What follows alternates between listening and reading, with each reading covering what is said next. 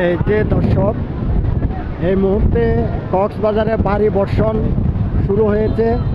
এই নিম্নচাপের কারণে কক্সবাজারে এখন খুবই বৃষ্টিপাত হচ্ছে।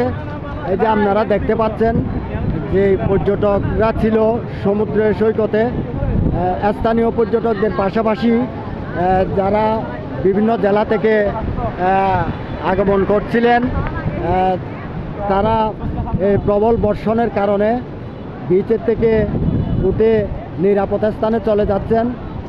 যেন মনে হচ্ছে ঘূর্ণিঝড় শুরু হয়ে গেছে।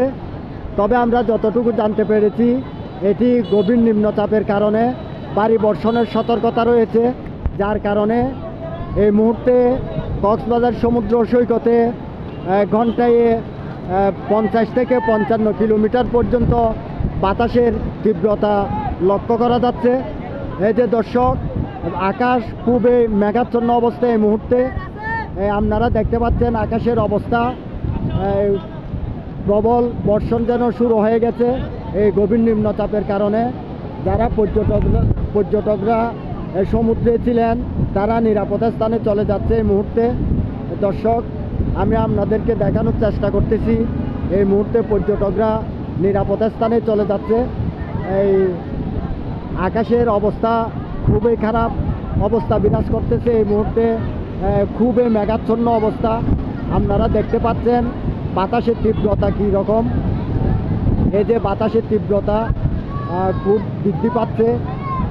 আমরা যতটুকু জানি, এটি আজকে দুপুর নাগাদ 60 কিলোমিটার গতিতে নিম্ন অঞ্চল অতিক্রম করেছে বলে আমরা জানতে পেরেছি। তবে এই নিম্নচাপের কারণে যারা